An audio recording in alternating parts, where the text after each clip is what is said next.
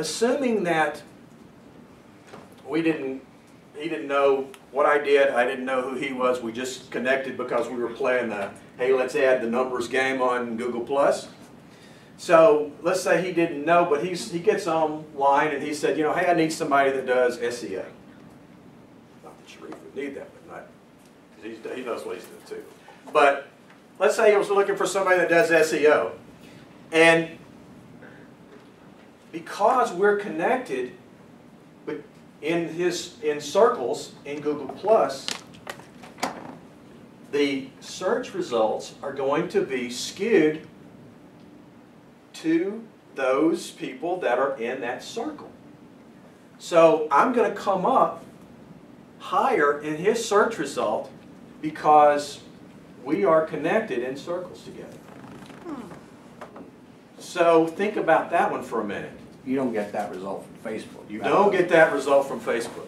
So you think about that for a minute. When if you've got 10,000 people in circles in Facebook, I mean in Google Plus, or 5,000, whatever it is. You can have 5,000 in a circle, I think is the max. If you've got 5,000 people, and then you've got multiple circles, so you've got a large following, even if it's just local, even if it's just Tucson people. If that's your target market, you go find those people, you put them in circles. Most of the time, they're going to reciprocate.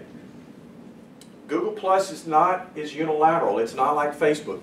We don't have to, Steve and I don't have to say, hey, Steve, you want to accept my friend request before I can see your stuff? No, I can follow Steve whether he follows me back or not. So it's unilateral in that aspect, like Twitter. You don't have to have a mutual relationship. So I can put anyone I want, but typically if somebody follows me back, I get a nice little notification up here at the top that says, hey, I've got 10 people that requests up there, and I can click on that.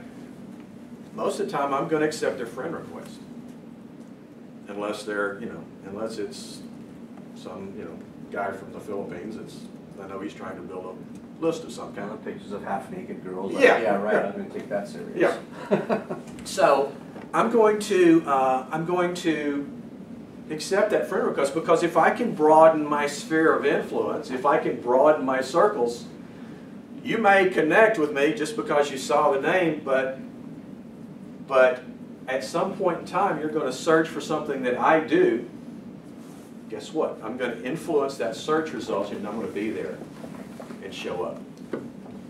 That's, to me, the power of Google Plus, is that you can artificially influence your search results.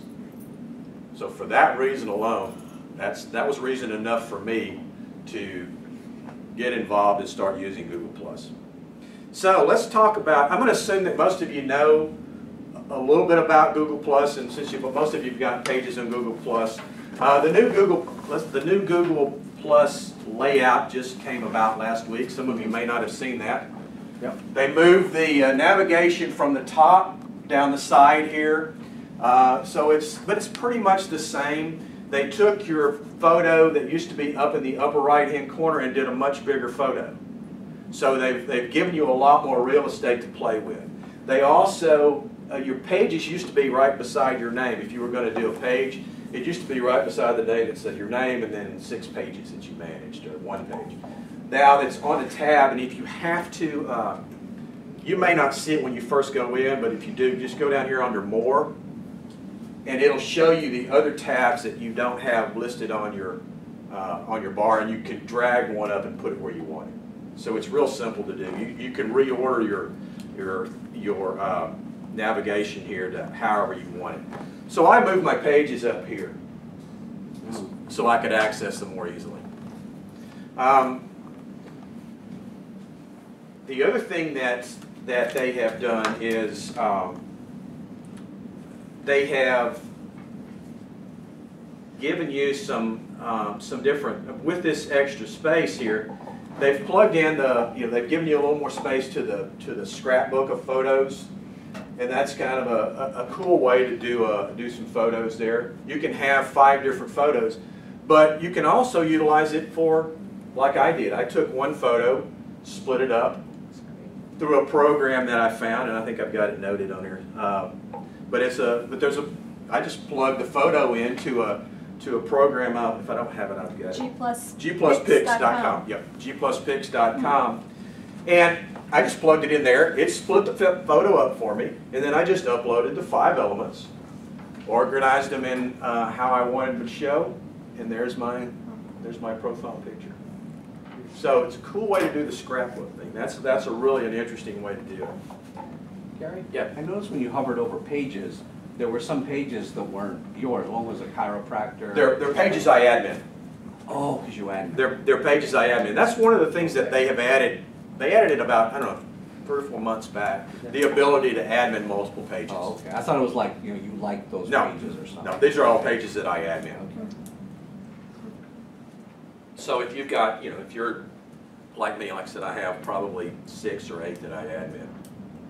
And all I have to do is click on the page, and then it shows me which one I want to use, and then I can pick and choose and switch to that page.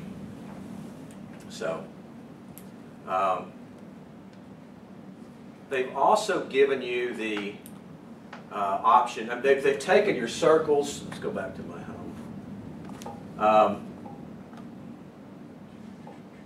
They've also taken what used to be the circles and put them across the top up here. So where you used to have your circles of folks that you want to follow on this side, now they're on the top. Just a couple of layout changes so you'll know. Don't get confused when you get in there and go, geez, I lost everything. Where did it all go? So let me give you a couple of tricks. I'm going to give you a couple of real quick little tricks that you can do. Let's say that, let's see if I get back here to my, come on, come back to me. One of the things that I found that was a really cool little trick was when you go to your profile, when you go to your profile, your personal profile, get out of pages and get back to personal. Thank you. When I go to my circles, and this is my personal page, don't I get everybody lost here? When I go to my circles, I can look at the individual circles and see who's there. When I hover over somebody's name, obviously, there's Dale. When I pull up her name, I see that her employment status shows the SMART group. Sharif, well, I can't. Nobody else will be able to see it, but when you hover over mine, what you're going to see, instead of the SMART group alone, what you're going to see when you hover over mine is you're going to see this. You're going to see this entire section here that says, I work at Online Marketing Ninja at 800 Biz, specializing in helping small to medium-sized businesses stand out above the company. I've put a commercial right there on my employment section. Now it looks kind of funny when you start putting that in because you think it's got a little bitty box that you write, this is where I work and this is the company. That makes it look like that's all you should say. But you don't. You can say, when you go to your About page, and I'll scroll down to my employment section, and if I click on that to edit it, oops, I should be editing my profile here. So I'm going to edit my profile.